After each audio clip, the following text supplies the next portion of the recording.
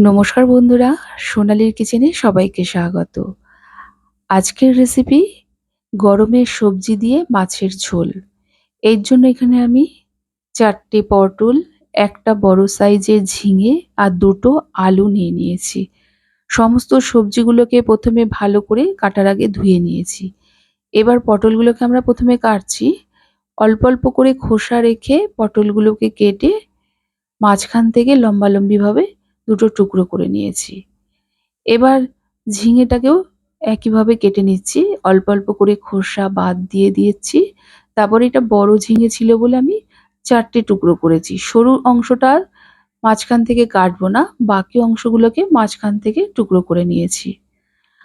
আলু দুটোকেও ঠিক একইভাবে আমরা কেটে নেব। খোসা ভালো করে ছাড়িয়ে নিয়ে একটা আলু থেকে ৪টে টুকরো করেছি। সমস্ত সবজিগুলোকে কেটে নিয়ে আরেকবার ভালো করে ধুয়ে জল ঝরিয়ে একটা সাইডে আমরা রেখে দেবো।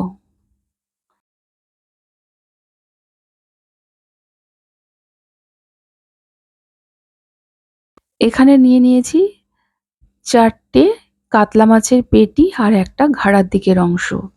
মাছের টুকরোগুলোকে আমরা অনেকবার জল পাল্টে ধুয়ে নেবো যতক্ষণ না পরিষ্কার জল বের হয়। ভালো করে ধুয়ে নিয়ে জল ঝরিয়ে নিয়েছি। এখন এতে লবণ, হলুদ গুঁড়ো আর ১ চা চামচ কাঁচা সর্ষের তেল মাখিয়ে নিলাম। এতে মাছের গায়ে যে আষ্টে গন্ধটা থাকে এই কাঁচা সর্ষের তেলটা মাখিয়ে নিলে গন্ধটা একদমই থাকবে না। আর এখানে নিয়ে নিলাম ২ চা চামচ গোটা জিরে, কাঁচা লঙ্কা আর আদা। এগুলোকে আমরা শিলে বেটে নেবো। আদাটা আলাদা বাটবো, কাঁচা লঙ্কাটা আলাদা বাটবো আর জিরেটা আলাদা বাটবো। এবার চলে এলাম রান্নায়। কড়াইয়ে দিয়ে দিলাম ২ টেবিল চামচ সর্ষের তেল। তেলটা ভালো করে গরম হলে হাই ফ্লেমে আমরা পটলগুলোকে ভেজে নেবো। পটল ভাজার সময় সামান্য লবণ আর হলুদ গুঁড়ো দিয়ে দিলাম। পটলগুলোকে লাল করে ভেজে নিয়ে একটি পাত্রে আমরা তুলে নেব। কাতলা মাছ দিয়ে ঝোলটা রান্না করছি। এখানে চারা পোনা বা বাটা বা রুই মাছ দিয়েও ঝোলটা রান্না করতে পারেন।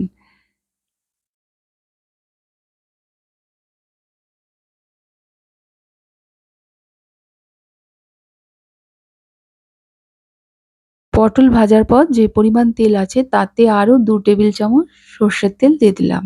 তেলটাকে প্রথমে ভালো করে গরম করে নিয়ে গ্যাসের ফ্লেমটিকে মিডিয়ামে রেখে আমরা মাছগুলো ভেজে নেব।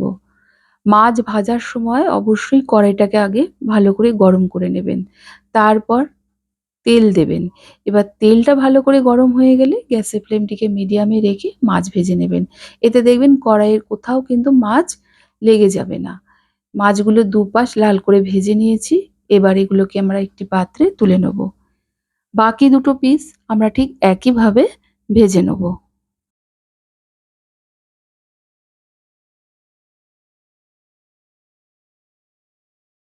মাছ ভাজার পর যে পরিমাণ তেল ছিল তাতে আরও ২ টেবিল চামচ সর্ষের তেল দিয়ে দিলাম।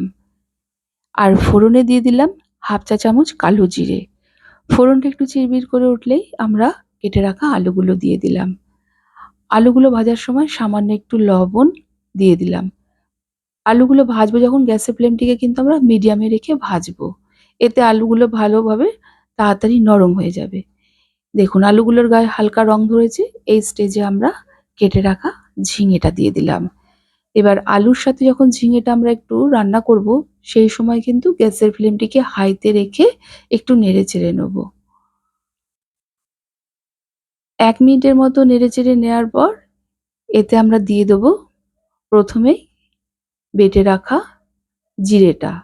সাথে দেবো ১/২ চা চামচ হলুদ গুঁড়ো। আর দিয়ে দিলাম সামান্য একটু শিল ধোয়া জল।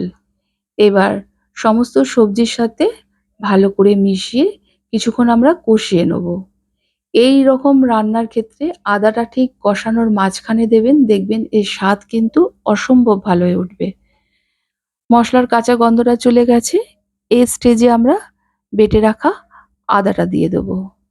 সাথে বেটে রাখা কাঁচা লঙ্কাটা দিয়ে দেবো। সামান্য একটু শিল দেওয়া জল দিয়ে মসলার সাথে আমরা ভালো করে কষিয়ে নেব। আমি এখানে বাটা মসলা ব্যবহার করেছি। আপনারা চাইলে গুঁড়ো মসলা দিয়েও রান্নাটা করতে পারেন।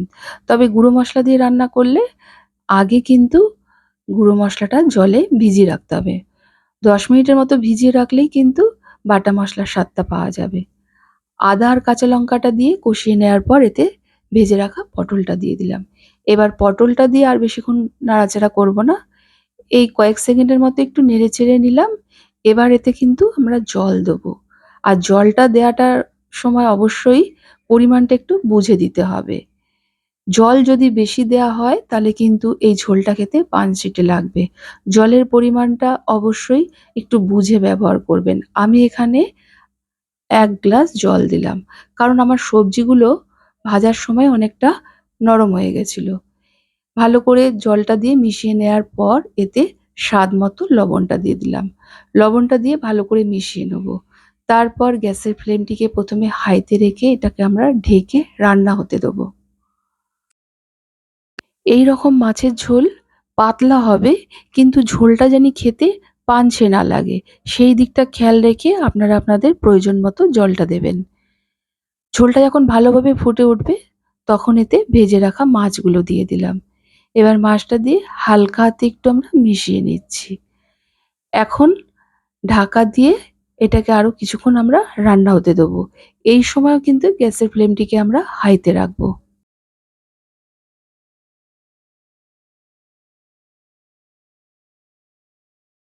এখন ৪ মিনিট পর আমি ঢাকাটা খুলেছি। ঝোলের মধ্যে মাছটা দিয়ে আরো ৪ মিনিটের মতো আমরা ফুটিয়ে নিয়েছি। এতেই কিন্তু মাছের মধ্যে ঝোলের সমস্ত স্বাদ মিলেমিশে গেছে। আর দেখুন সমস্ত সবজিও ভালোভাবে সেদ্ধ হয়ে গেছে। রান্নাটা আমাদের হয়ে গেছে। এখন গ্যাসের ফ্লেমটিকে অফ করে এটাকে আমরা কিছুক্ষণ ঢেকে রেখে দেবো। তারপর সার্ভ করব। এইরকম প্রচণ্ড গরমে এইরকম হালকা পাতলা মাছের ঝোল কিন্তু খেতে অসম্ভব ভালো লাগে। আর বানিয়ে আমাকে অবশ্যই জানাবেন কেমন লেগেছে। ভালো লাগলে একটা লাইক ও প্রচুর শেয়ার করবেন। আমার চ্যানেলে নতুন বন্ধু হয়ে থাকলে প্লিজ আমার চ্যানেলটিকে সাবস্ক্রাইব করে পাশে থাকবেন। আজ তাহলে এই পর্যন্ত। আবার চলে আসবো সামনের মঙ্গলবার রাত্রি ৮টা থেকে ৮:৩০ মধ্যে। সবাই ভালো থাকুন, সুস্থ থাকুন। ধন্যবাদ।